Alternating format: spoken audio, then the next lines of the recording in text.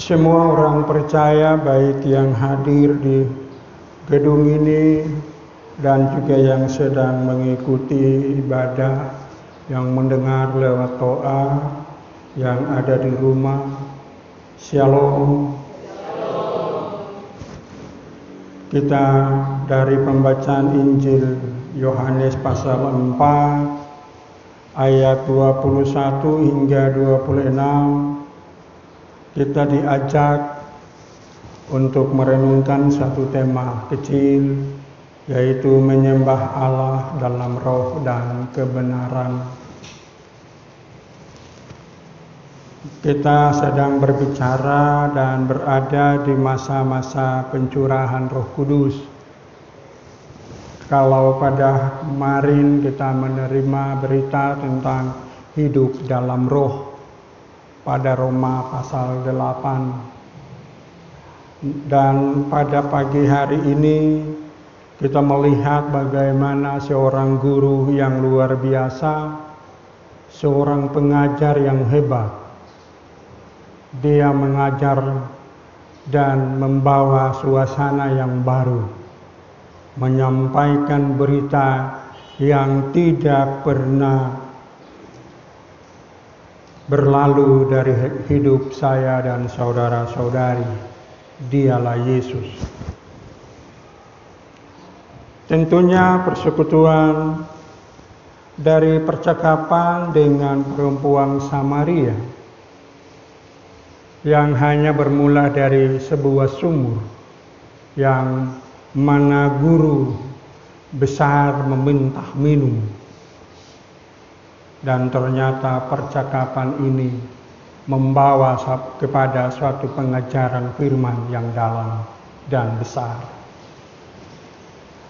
Saudara-saudara, sebagai orang percaya tentunya bagian ini sangat menolong kita. Kaitannya dengan kita di dalam menyampaikan dan memberitakan Injil. Pola cara kita memulai atau mengawali, coba kita belajar dari bagian ini. Hanya bersumber dari air, dari sumur Yakub, air yang diminta oleh Yesus, berlanjut pada pengajaran yang sangat bernilai rohani dan memberi jaminan hidup.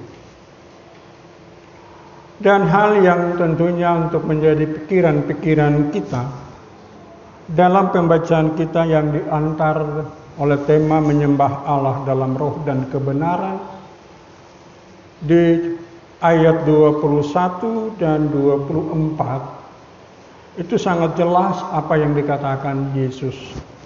Kata Yesus kepadanya, "Percayalah kepadaku, hai perempuan. Saatnya akan tiba bahwa kamu akan menyembah Bapa bukan di gunung ini dan bukan juga di Yerusalem." Lalu pada ayat 24, Allah itu roh, dan barang siapa menyembah Dia harus menyembahnya dalam roh dan kebenaran. Dan itulah yang mewarnai tema kita, menyembah Allah dalam roh dan kebenaran. Lalu hal yang patut kita juga memperhatikan dari 6 ayat ini, apa yang menjadi pokok-pokok pikiran dari percakapan Yesus dengan perempuan Samaria. Pada ayat 21 kita bisa jumpai apa yang dikatakan oleh Yesus.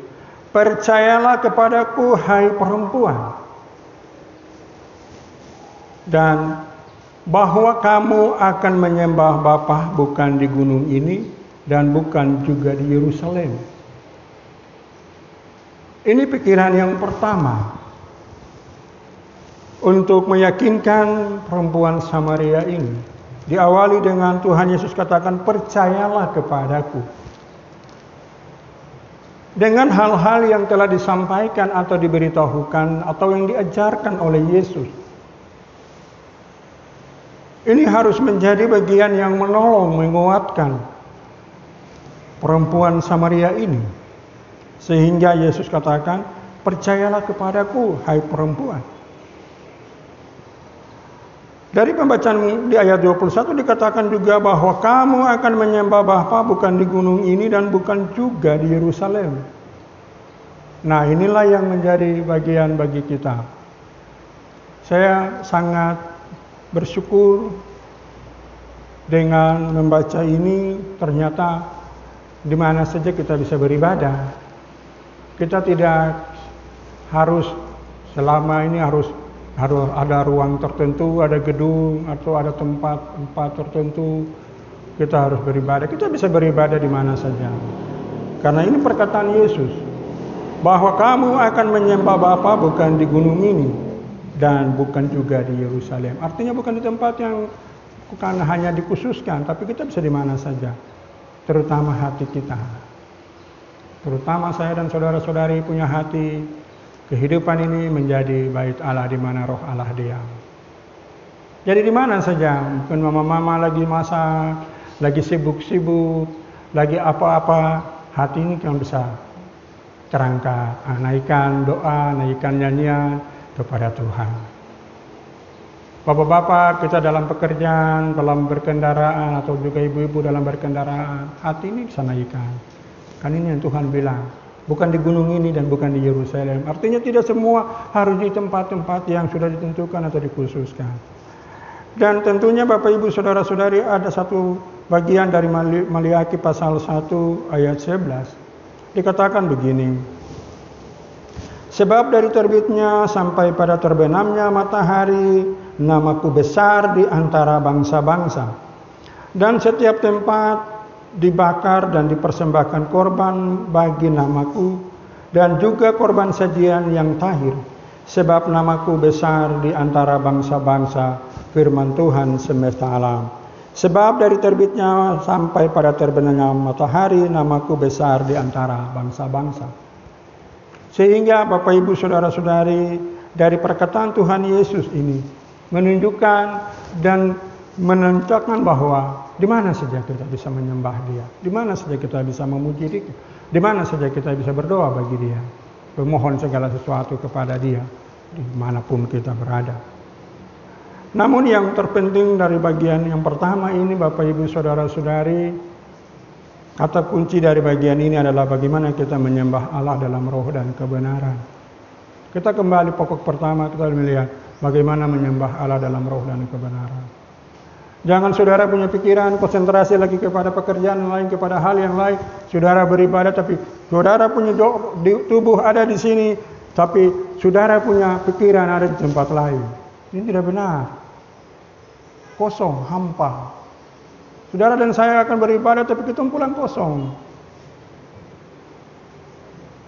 Kalau saudara datang dan saudara masih ingat pekerjaan saudara, saudara masih ingat tugas ini, masih ingat begini, saudara nanti ibadahmu tidak saudara jalani dan ikuti dengan baik dan tidak berkenan. Ini yang kita harus perhatikan. Hal yang kedua dari pokok pikiran di ayat 22, kamu menyembah apa yang tidak kamu kenal. Kami menyembah apa yang kami kenal, sebab keselamatan datang dari bangsa Yahudi. Ini Tuhan Allah sudah berkata, berfirman kepada hamba-hambanya.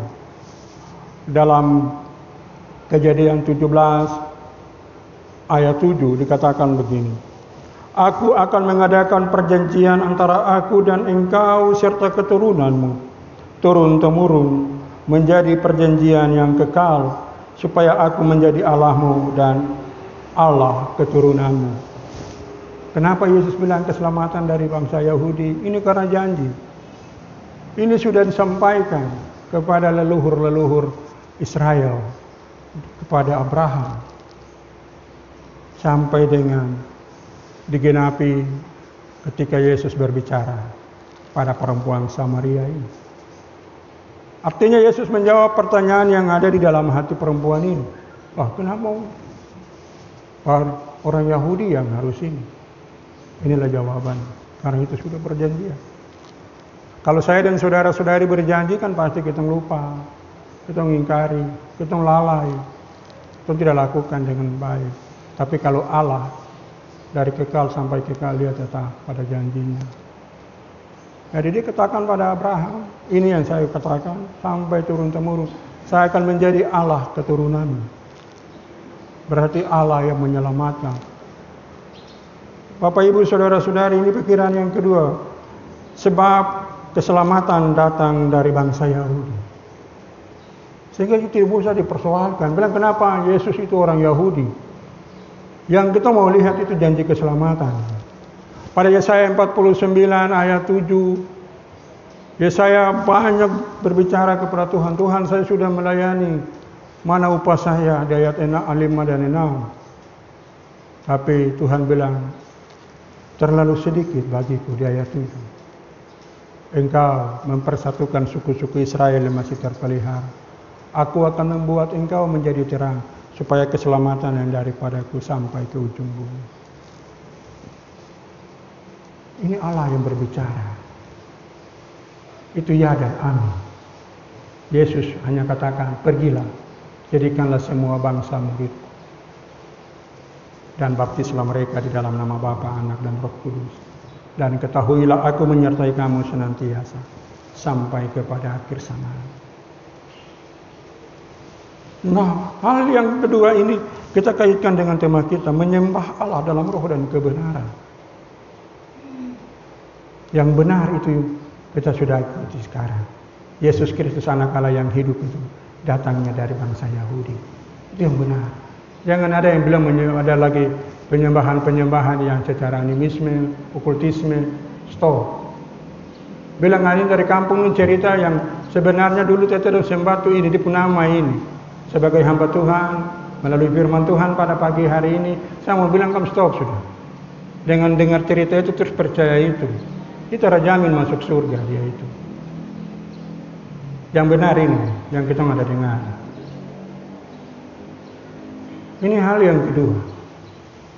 Dan ketiga di ayat 23, tetapi saatnya akan datang dan sudah tiba sekarang bahwa penyembah-penyembah benar akan menyembah Bapa dalam roh dan kebenaran, sebab Bapa menghendaki penyembah-penyembah demikian. Menyembah dalam roh dan kebenaran. Kita kaitkan dengan setiap persekutuan, peribadatan-peribadatan kita. Terkadang kita ingin datang dalam ibadah hanya bilang formalitas, hanya bilang karena ini sudah jadi kebiasaan tradisi. Hadir, kita datang nanti bicara kita orang. Tapi kalau datang dengan sungguh-sungguh itu banyak berkah. Datang serius untuk ibadah itu Tuhan memberkati. Tapi kalau datang terus pikiran, aduh saya mau pekerjaan, aduh saya besok begini, sudah itu jangan kau pikir-pikir lagi itu. Itu berarti kau pulang itu kau tidak dapat jawaban yang kau doakan itu. Apa yang kau minta? Tuhan tahu, tapi Tuhan lihat hati dulu. Ketika penobatan Daud menjadi raja dalam 1 Samuel pasal 16, bagaimana proses itu?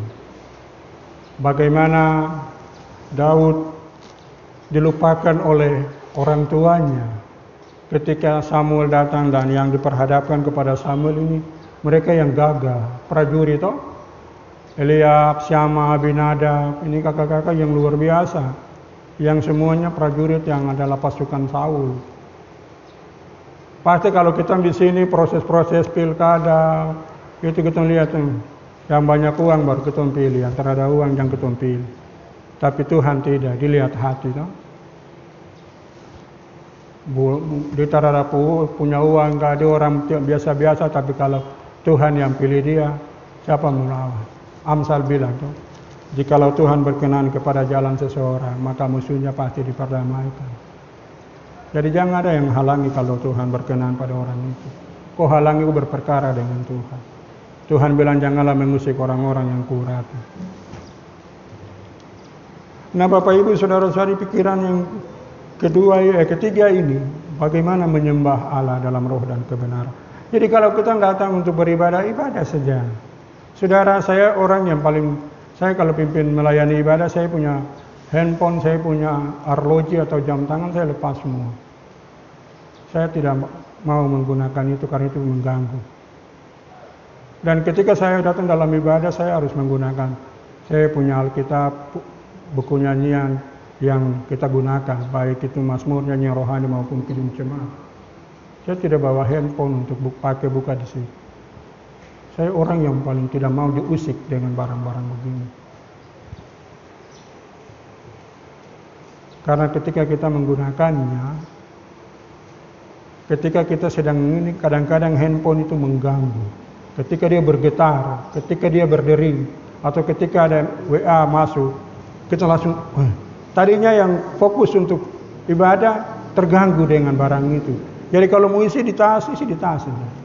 Jangan pegang. Ada satu cerita, ini di dalam kita punya jemaat pengharapan. Bapak dengan ibu nih paling rajin sembahyang. Ibadahnya luar biasa. Ketika Tuhan berkati mereka dengan hadir seorang anak. Lalu pada usia yang masih anak-anak ini, ternyata menjelang perayaan Natal, dia diganggu, dia kerasukan setan. Dan bapak dan ibu ini mempekerjakan orang yang tidak seiman, seorang ibu muslim, asisten rumah tangga, itu seorang muslim. Lalu ibu ini dia bertanya sama nyonya dan tuannya, kenapa adik atau anak ini dia seperti itu? Sudah diantar ke bapak pendeta, ke ibu pendeta? Oh sudah, tapi didoakan belum pulih juga, belum sembuh-sembuh juga. Lalu pada beberapa hari kemudian timbullah niat dari keluarga ini untuk anaknya dibawa ke paranormal, ke dukun. Lalu mereka tugaskan ibu ini, ART ini, asisten rumah tangga ini untuk antar. Dan ternyata ketika dia sampai di dukun ini malah kaget. Loh, Mbak, kenapa anaknya dibawa kemari? Mas, ini kan nyonya dan tuan minta untuk Mas coba lihat. Ini apa yang ganggu. Dia bilang, tidak bisa Mbak, ini yang mengganggu dia, yang bersama dengan dia itu ilmunya tinggi sekali. Dan dia adalah Isa. Jadi saya tidak bisa ini. Cuma Isa sampaikan, pulang kasih tahu pada nyonya dan tuanmu, kalau datang ibadah di gereja harus sungguh-sungguh beribadah. Karena ibu ini orang bisnis, jadi makanya sibuk dengan handphone. Ketika ibadah berlangsung, firman diberitakan, tinggal pegang handphone dan melakukan komunikasi dengan rekan-rekan bisnis. Sehingga datang di ibadah hanya datang untuk bangun komunikasi itu dengan rekan bisnis. Jadi ini langsung paranormal ini katakan, dukung ini katakan, Mbak, pulang sampaikan pada tuan dan nyonya majikanmu itu, bahwa yang mengganggu dia atas izin Isa Al-Masih. Jadi Isa Al-Masih sampaikan, Bapak dan Ibu harus beribadah dengan sungguh-sungguh. Ternyata Bapak dan Ibu ini lebih pentingkan bisnis daripada datang dalam ibadah. Ibadah hanya datang untuk ini. Akhirnya Bapak Ibu saudara-saudara, ketika mereka buat pengakuan itu di gereja, lalu pendeta doakan, dan saat itu juga Tuhan izinkan anak ini kembali pada posisi normal. Bapak Ibu, kita semua saudara-saudari, kalau ibadah saja. Kalau datang untuk ibadah, kita ibadah. Kalau tidak ada punya kesibukan dan bilang ibadah ini, aduh, yang saya datang mengganggu begini, tak usah ibadah. Sebab ketika kita dalam ibadah itu, ketika kita menyanyi, ketika kita berdoa, ketika kita ada di dalam semua ini, kita harus tertib. Kita harus sungguh-sungguh. Sehingga dari pokok ini dikatakan dalam pembacaan kita, tetapi saatnya akan datang yang sudah tiba sekarang, bahwa penyembah-penyembah benar akan menyembah dalam roh dan kebenaran. Bapa menghendaki penyembah-penyembah ini. Saya kutip Yesaya 29 ayat 13, oleh karena bangsa ini datang mendekat dengan mulutnya dan memuliakan aku dengan bibirnya, padahal hatinya menjauh daripadaku, dan ibadahnya kepadaku hanyalah perintah manusia yang dihafalkan.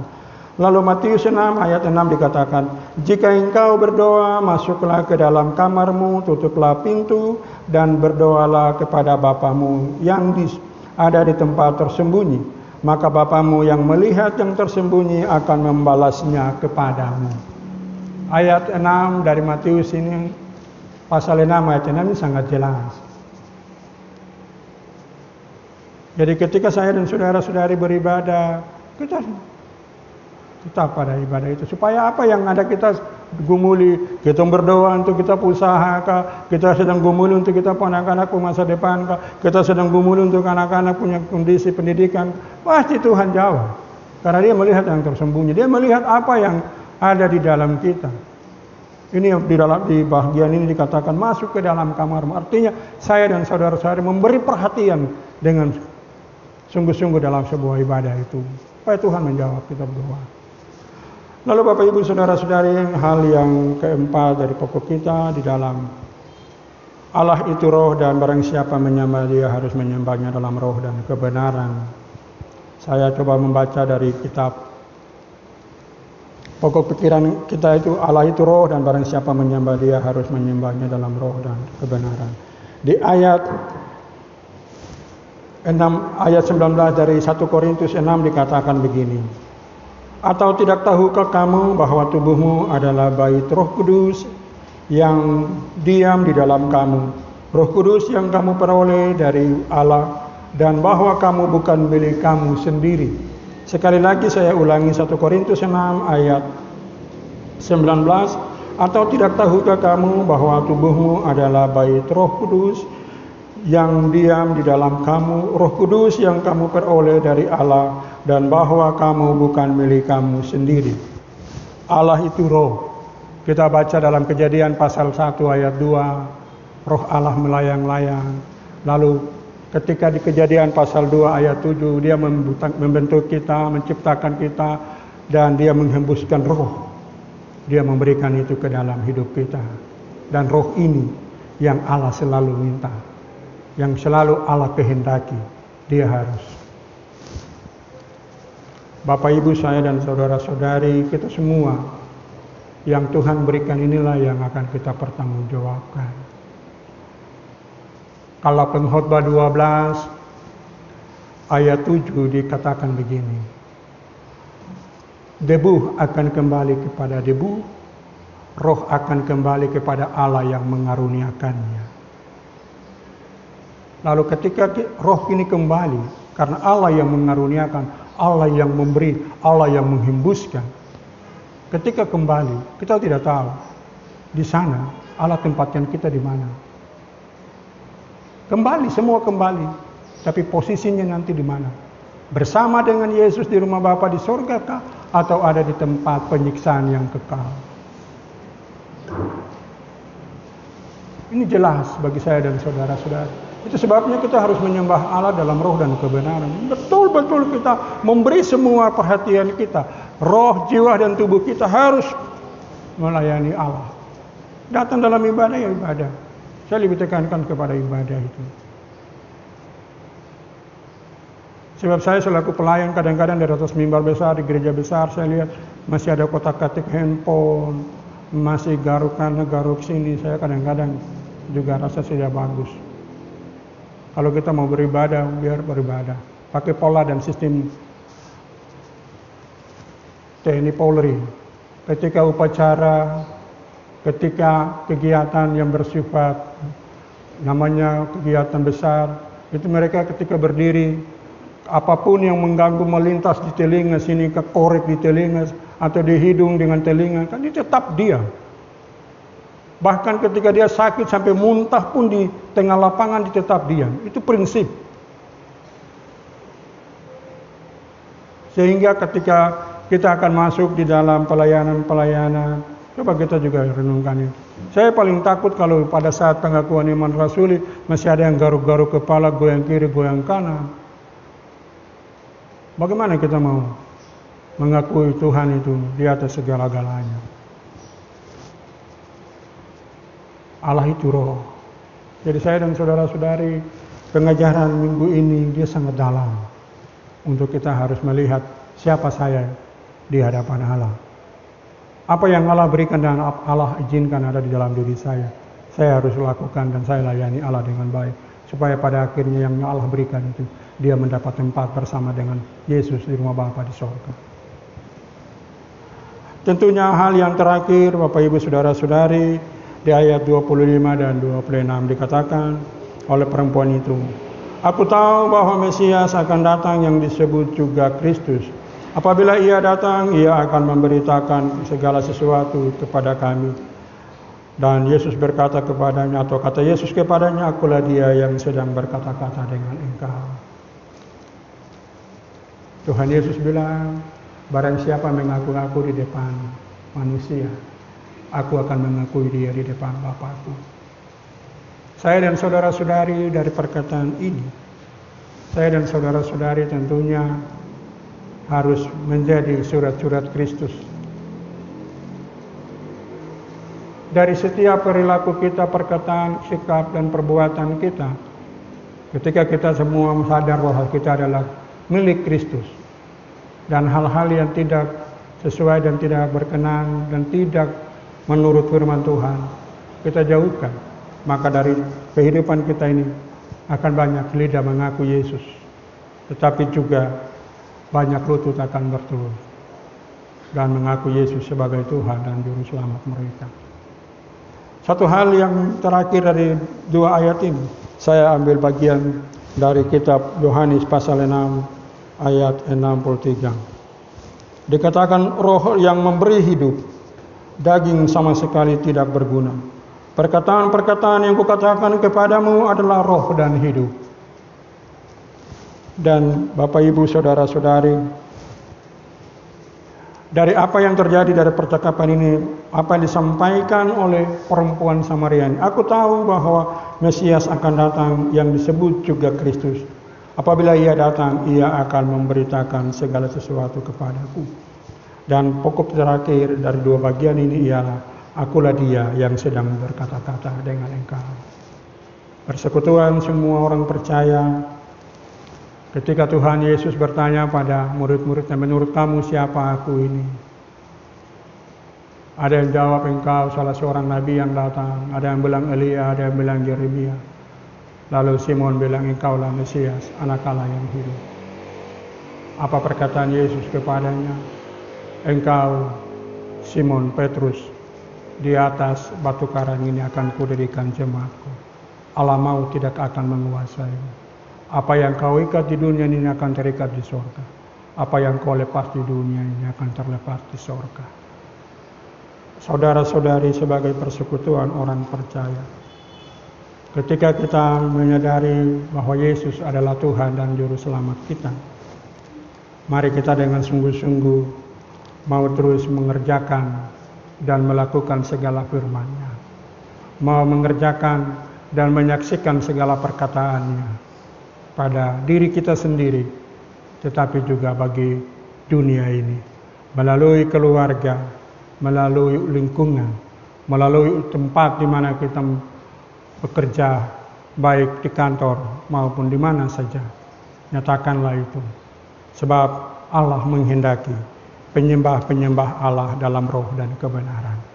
Jadilah pelaku-pelaku firman, dan biarlah kita mau menyembah Allah dalam roh dan kebenaran, dan biarlah segala hal yang ada di dalam pergumulan kita izinkan Allah yang menyelesaikannya bagi kita. Tuhan memberkati firman-Nya bagi kita semua. Amin.